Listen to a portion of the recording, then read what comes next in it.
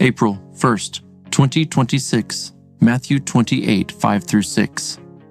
But the angel said to the women, "Do not be afraid, for I know that you are looking for Jesus who was crucified. He is not here. He has risen, just as he said. Come, see the place where he lay." Romans 6:14. For sin shall not be your master, because you are not under law, but grace. Romans 5:20. The law came in so that the trespass would increase, but where sin increased, grace increased all the more.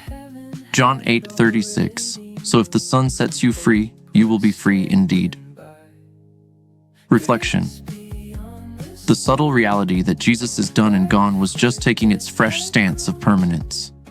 With the stone blocking the tomb, the women's journey to the burial of Jesus is interesting.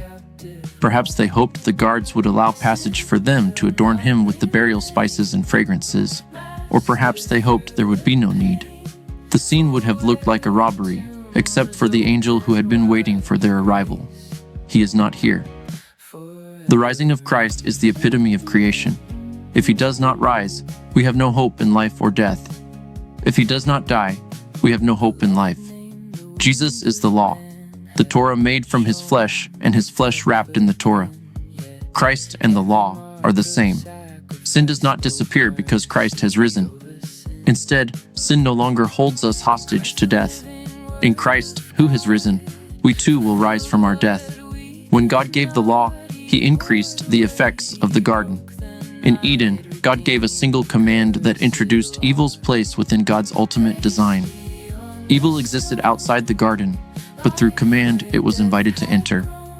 The law brought sacrifice, and sacrifice provided atonement. Atonement is God's grace for sin. Through the law, our ability to sin increased. Through the law, God's grace was established by sacrifice. Jesus, the law made flesh, fulfilled both the law of trespass and the law of grace. He frees us, and in his freedom, we are truly free. Prayer. Thank you for the resurrection. You rose from our death and brought your glorified life into our eternal destiny. You gave us provision for sin and showed us grace for every day of creation. Through Christ, you gave us this grace and placed it within our moral center.